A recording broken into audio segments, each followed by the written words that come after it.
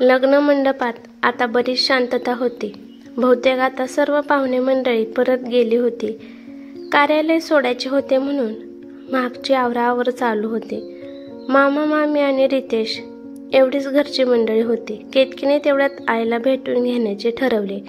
ती तशीच पटकन माडीवर गेली. एका बाजूच्या छोट्या खोलीत तिच्या आईचा अस्थिपंजर देह पडलेला होता. त्या सुरकुतलेल्या देहातील जीव पोकळीगत झाला होता. कसाबसा देहाने तो धरून ठेवला होता. केतकीचे 4 हात झाल्याचे पाहण्याची इच्छा धरून भिंतीकडे तोंड करून केतकीची आई अश्रू गाळत होती. केतकीच्या पैंजणाचा आवाज आईच्या कानावर पडला. तिने मान फिरवली. मायलेकीची नजरानजर झाली. केतकी धावतच आईजवळ आली. आई, एवढाच उद्गार तिच्या दाटलेल्या गळ्यातून बाहेर पडला. अश्रूचा पूर वाहू लागला. आईचा कृश हात केतकीच्या मस्तकावरून फिरत होता. आईचे डोळे पाजरत होते. शब्दच मूक झाले होते. खूप बोलायचे होते, खूप सांगायचे होते.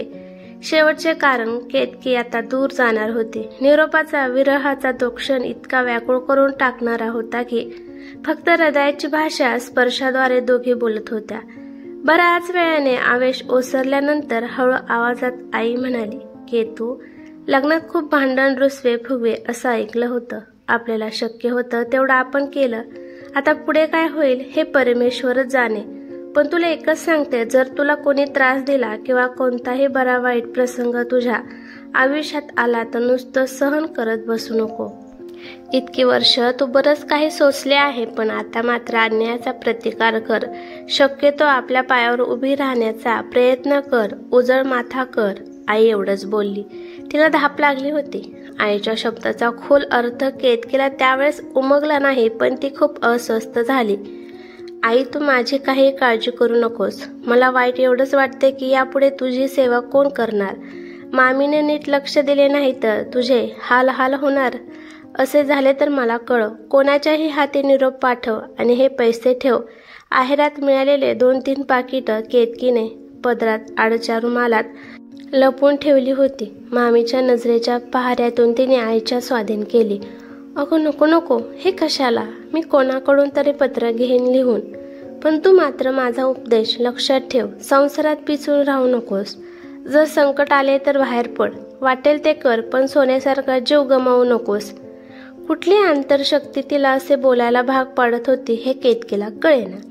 ती आईकडे एकटक पाहत होती. पुढे येणाऱ्या संकटाची चाहूल तर आईला लागली नसेल की हल्ली रोज वर्तमानपत्रातून सुनेला मारल्याच्या बातम्या ऐकून आईच्या दुबळ्या मनाने धसका घेतला असेल.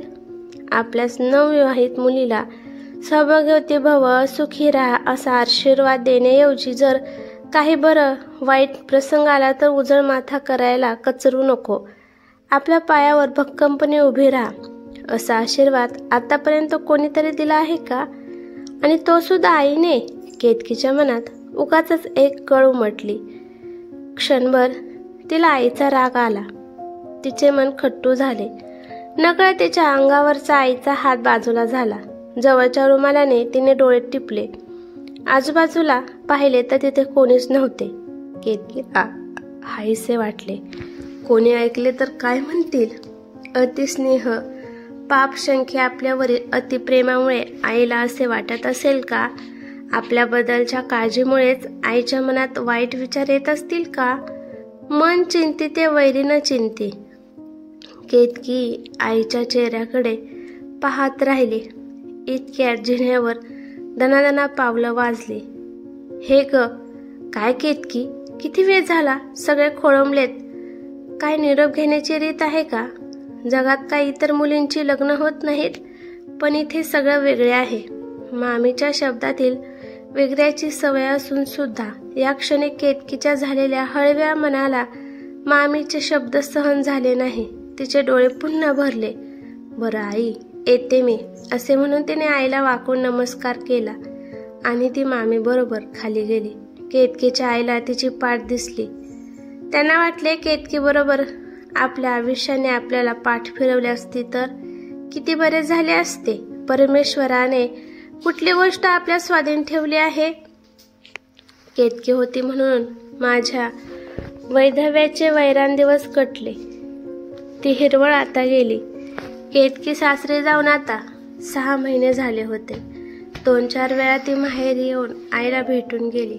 तिचा हसरा चेहरा, प्रफुल्लित भरलेले अंग यष्टी पाहून केतकीच्या आईला खूप आनंद झाला होता. केतू, तू सुखी आहेस ना? सर्व गोष्ट तुझ्या मनासारख्या झाल्यात ना? हा प्रश्न 10 वेळा तरी त्यांनी विचारला असेल. हो आई, मी खूप सुखी आहे. घरातील सर्व मंडळीही चांगली आहेत, चांगली वागतात माझ्याशी. मी सगळं घरकाम बिनबोभाट्या करते, म्हणून माझी सासू माझ्यावर खूप खुश आहे. तू आता लवकर बरी हो. पाहू, मग मी तुला नक्की माझ्या घरी घेऊन जाईन राहायला. आता एकदा यांना विचारून बघेन, म्हणजे तुला तेवढाच बदल वाटेल. खरं सांगते आई, माझे हे पहिल्यापासूनचे स्वप्न आहे की मी माझ्या हक्काच्या घरी जाईन आणि आईलाही तिथे नेईन. मामीच्या कचाऱ्यातून सोडवेन. खरंच, तेव्हा तुझी तब्येत नक्की सुधारेल. केतकीच्या नुसत्या या शब्दांनी सुद्धा तिच्या आईच्या घाया मनावर फुंकर घातली गेली. मनाला उभारी आली. केतकी मुलाला गोष्ट सांगायची, शुभंकरीत शिकवायची अशी रम्य स्वप्न ती माऊली आताच पाहू लागली आणि मनावरचा भार हलका झाल्यासारखे त्यांच्या चेहऱ्यावर टवटवी आली. केतकीच्या मामीला वाटायचे की लवकरच केतकी आईला घेऊन जाईल.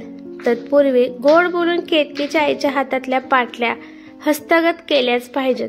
आता मामीच्या मनात हीच धुकधुक होती. गोड बोलून नाटकीपणानेच हे काम साधायचे असे तिने ठरवले. दिवाळीचा सण जवळ आला.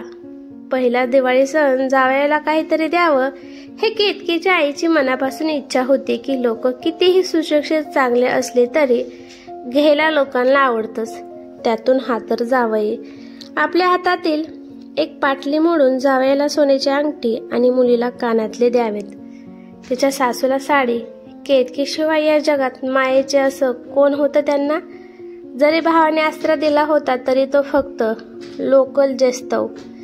त्यांच्या रूपाने घरात काम करायला, स्वयंपाक करायला एक चांगला माणूस मिळाला ही सुप्त भावना त्यांच्या भावाच्या भावजाईच्या मनात होतीच. शिवाय केतकी होतीच, पण हाच आपला सख्खा भाव की काय इतका तो बदलला होता. आजारी बहिणीची विचारपूस करण्याचे सौजन्य त्याने कधी दाखवले नव्हते. मग केतकीचा दिवाळ सण करा हे त्या भावाला कोणत्या तोंडाने सांगणार होत्या? तरी सुद्धा मायेला लाज नसते. त्यामुळे त्या त्यांच्या भावजाईला म्हणाल्या, अगं वहिनी, दिवाळीला जावई बापूंना आणि केतकीला बोलवावं असं मला वाटतं. पहिलीच दिवाळी आहे ना, म्हणून म्हणते. मी अशी धरणीवर पडलेली, माझा काय भरोसा? हे ऐकताच वहिनीला राग आला. ती म्हणाली, म्हणजे दिवाळी सण करा असंच म्हणायचं आहे ना तुम्हाला? मग स्पष्ट का सांगत नाही? पण हे बघा, असलं काही करायला माझ्यात ताकद नाही. दिवाळी करता करता दिवाळ निघायची पाळी आली. दिवाळ सण काय फुकटात होतो? काहीतरी देणगी द्यावी लागणारच ना. लग्नाची देणी अजून भेटली नाहीत. केतकीच्या आईच्या पाटलांकडे नजर टाकत मामी म्हणाली, माझ्या या पाटल्या मोड असं मी म्हटलं असतं तुला, पण आता तेवढं सोनं आहे ना माझ्याजवळ, मी मेल्यावर ते तुमचेच आहे. त्यातूनच माझ्या मैतीचा खर्च करा. असे बोलताना केतकीच्या आईचे डोळे भरून आले.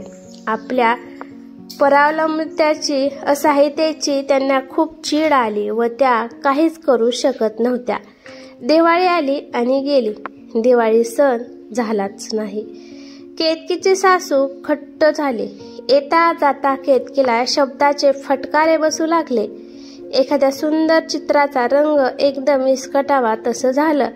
सरणावर गौऱ्या गेलेल्यांची मुलगी आम्ही केली, आता कुठली हौस मौज. बाप केव्हाच गेला आणि आई कायमची आडवी. अशा कटू शब्दात केतकीच्या आईबाबांचा उद्गार होऊ लागला. आपण घर कामानं सासूला जिंकू असा दृढ विश्वास बाळगून सासरी आलेल्या केतकीला सासूचे हे नवे रूप पाहून धक्का बसला.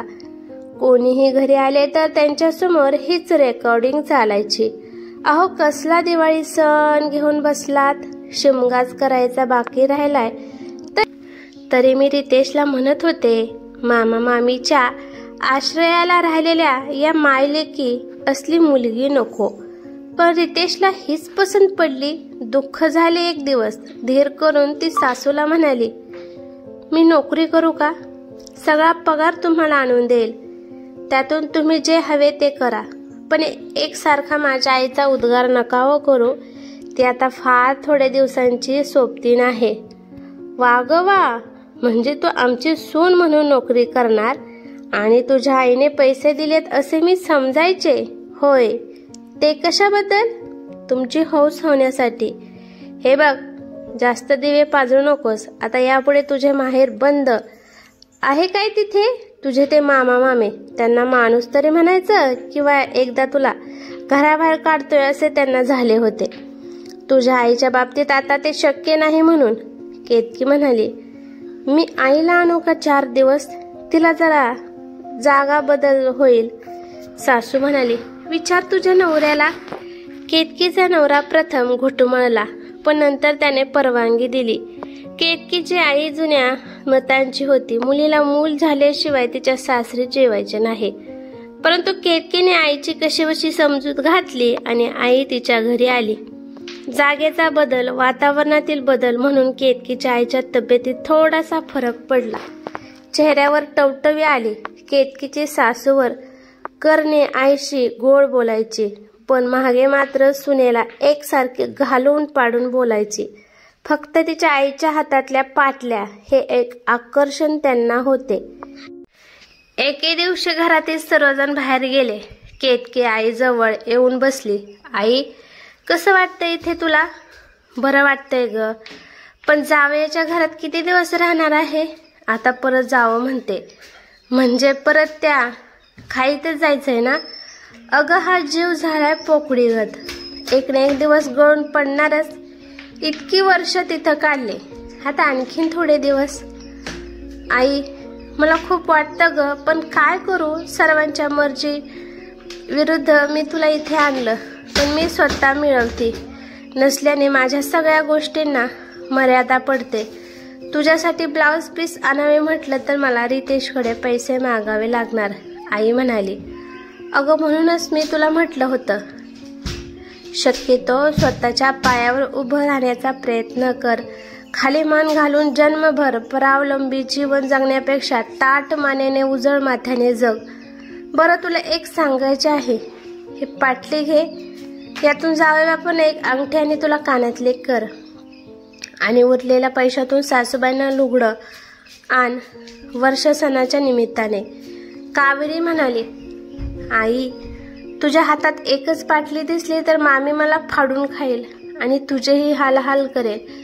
त्यापेक्षा आता मी एखादी नोकरी करेन आणि त्याच पैशातून वर्ष सण होईल.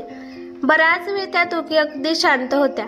देवापुढे सांजवात लावण्यासाठी केतकी उठली. तिच्या मनात एक विचार आला.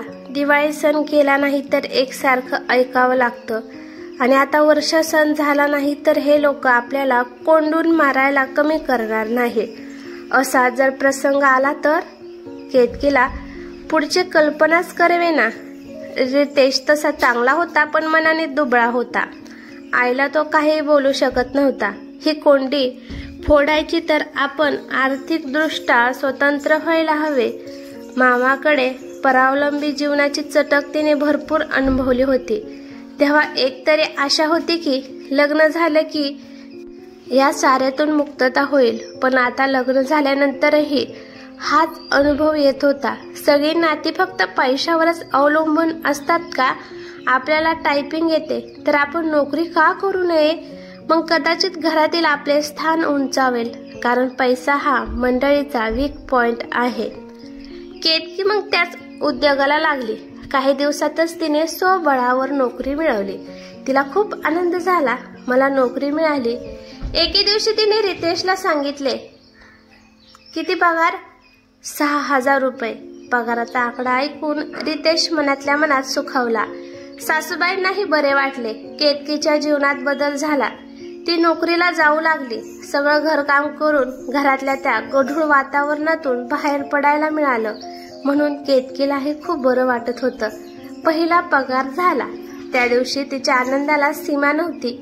आपणही काहीतरी करू शकतो, आपल्यामध्ये ती क्षमता आहे याची जाणीव होऊन तिचा आत्मविश्वास दुणावला.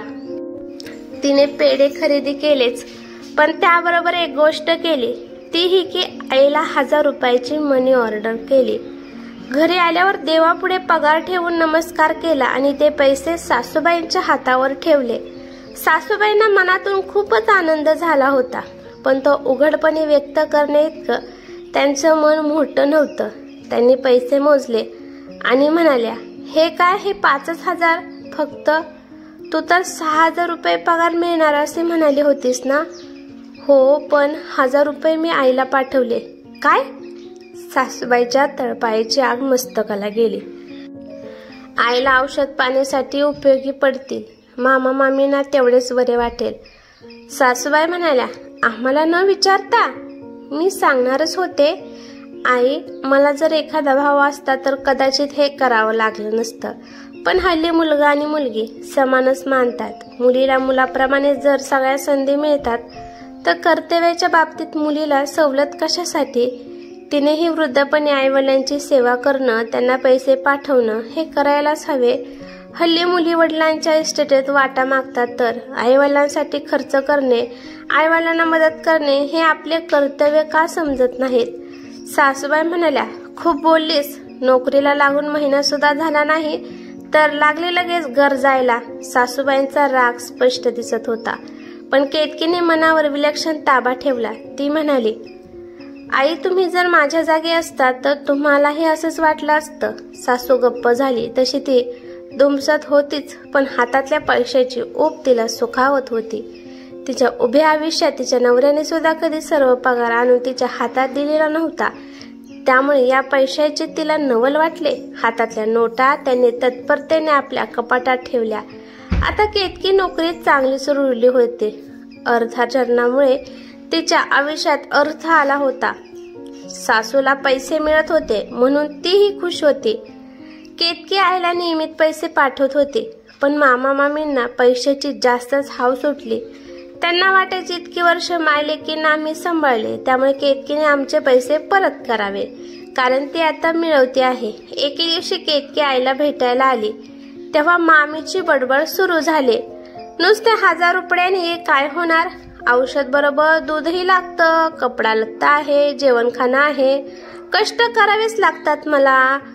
मामीची भुणभुण तिला ऐकायला येत होती। खरे तर तिने ऐकावे म्हणूनच मामी बोलत होती। केतकी स्वयंपाकघरात आली आणि म्हणाली, मामी, मी तुझे सगळे पैसे फेडणार आहे, पण थोडे दिवस थांब। माझी पगारवाढ झाली की वरचे पैसे मी तुलाच देणार आहे। तुम्ही आम्हाला आधार दिला आहे, मी कधीच ना कबूल करणार नाही। त्यावेळेस जर तू मला नोकरी करायला परवानगी दिली असती तर फार बरे झाले असते, पण आईच्या आजारपणाचे कारण देऊन तू मला घरात डांबून ठेवलं। आतापर्यंत मान वर करून न बघणारी केतकी ती हीच का, असा मामीला प्रश्न पडला। केतकीचे हे नवे रूप तिला सर्वस्वी अनपेक्षित होतं। ती केतकीच्या चेहऱ्याकडे बघतच राहिली। आई, तू म्हणाली होतीस ना, काही कर पण स्वतःची पात्रता वाढव। तुझ्या त्यावेळच्या उपदेशाचा अर्थ आज मला कळला। आता मी ताठ मानेने जगेन। आई कौतुकाने केतकीकडे पाहत होती। मामीने केतकीसाठी चहा बरोबर पोहेही करायला घेतला होता। पोह्यांचा खमंग वास दरवळत होता। पोहे बनवून झाल्यावर मामीने त्याचा पहिला घास केतकीला भरवला। पोहे खात असताना केतकीने मामीकडे पाहिले आणि तिच्या मनात एक प्रश्न आला की खरंच माणसांपेक्षा पैशाला जास्त किंमत आहे, कारण हे तिने सासरी आणि माहेरी दोन्ही ठिकाणी अनुभवले होते।